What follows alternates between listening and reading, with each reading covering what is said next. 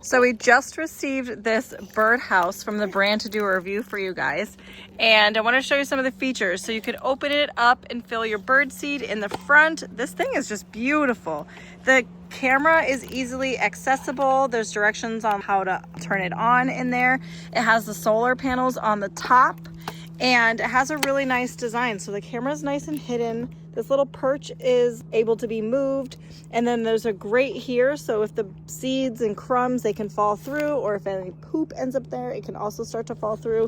But if it rains, it doesn't get wet. They wet and mold. We just mounted the birdhouse and it looks so good. And now we're gonna fill it.